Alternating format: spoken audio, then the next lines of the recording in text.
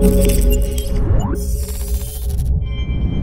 what's going on guys? Arekkz here, welcome back to another Destiny 2 video. And in this video, I want to speak to you guys some more about the Curse of Osiris. Yesterday, we got a brand new trailer. If you guys haven't seen my trailer breakdown, then I will link that down below. It, of course, also has a link to the original trailer. They showed it off during the PlayStation Media Showcase at Paris Games Week. Gave us a kind of quick glimpse into some of the new gear, new weapons, our first look at Osiris. Lots of cool stuff like that. Admittedly, at this stage, we don't really have any kind of exact details as to the content. It is more of a sort of hype trailer, but either way, it was still really cool to see. However, following on from that, today an article went up on VG247 and it shed some light on some of the actual specifics of the content. So in this video, I want to go over the kind of most important points, talk about some of the stuff you guys want to know. So if you do enjoy this, do find it helpful, then a like would be super appreciated. And comment down below and let me know what you guys think of some of these points. So, to begin with, let's start at the very top.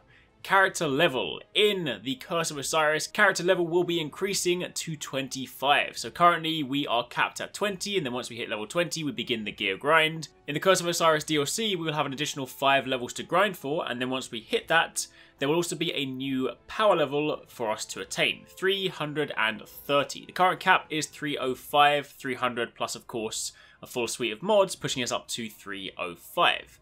But in the Curse of Osiris, that'll be pushing up to 330. Now this one was pretty much a given. We did kind of half hope that we might see a power increase earlier this year when they dropped the Prestige mode raid, or the kind of harder version, but alas, that was not the intention, probably because there was a stagger release for PC, and of course also the DLC is on the horizon, but either way, that is where we'll be getting our power increase. So level 25 and power level 330. As for the explorable space, we will of course be exploring Mercury. We know that much already. There will be new quests, there will be new missions, adventures, a strike, and new raid content. Rather interestingly, they refer to it as raid content.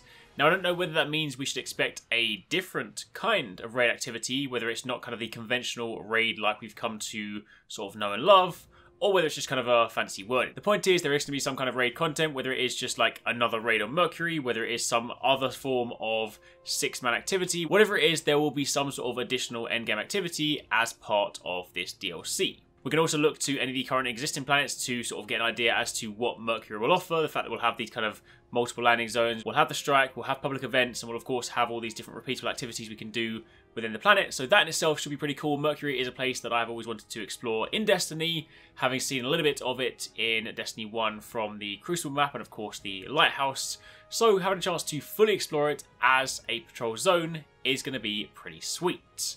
Speaking of the Lighthouse, the social space in the Curse of Osiris is going to be the Lighthouse, a location that was previously only accessible if you went flawless in Trials of Osiris in Destiny 1. So the Lighthouse from before will now be coming back as a social space. I don't know whether it will look the same, whether it will be updated, whether there'll be areas that are kind of expanded, because if you guys remember the Lighthouse from Destiny 1, there were a lot of areas that were basically blocked off by these sort of Vex looking barriers. So if they do end up opening the entirety of the Lighthouse, that could be pretty cool. On top of that, there will once again be a PlayStation exclusive multiplayer map, this time called Wormhaven. It is of course part of the ongoing deal. Typically these maps aren't that exciting. I will say that in Destiny history, the kind of exclusive maps tend to be the least inspiring, least exciting ones. So if you guys are on Xbox, if you're on PC, you're probably not going to be missing much, but there will be an exclusive map called Wormhaven on PS4. In terms of the story, Ikora Rey will be the one sending us to Mercury to find Osiris, who will be taking on the Vex. And there are 4 main characters featured in the DLC. You have Osiris himself, whom we saw in the trailer. There is also his ghost, named Sagira, and she'll be the one guiding us through the DLC, and rather interestingly, it'll be the first time that we actually speak to another ghost. And she's voiced by Morena Baccarin, who is someone from Firefly. I unfortunately haven't watched that, but for those of you guys that are Firefly fans, I'm sure you guys all know the voice. On top of that, Brother Vance will make a return in Destiny 2 in the Curse of Osiris DLC. Brother Vance, for those of you guys, again, new to the series, he was a vendor for Trials of Osiris. In Destiny 1, you went to him to get your bounties, to get your rewards, things like that. So he is a disciple of Osiris, so it makes sense that he will return. I would be willing to bet that he will probably be kind of our vendor, or one of our core vendors for the stuff throughout the DLC. You never know, he's probably going to have some tokens for us to collect and hand in to get some packages back out of that. But either way, he will also be making a return, as well as some additional NPCs on top.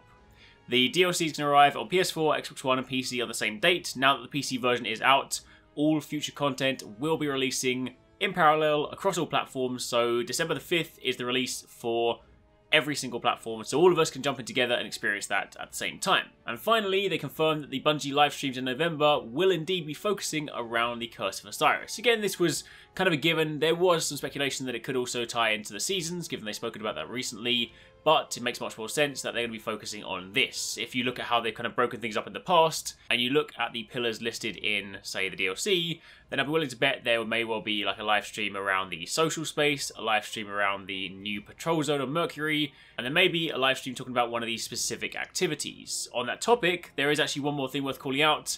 In the DLC, there is going to be a location known as the Infinite Forest. This is a simulated reality controlled by the Vex.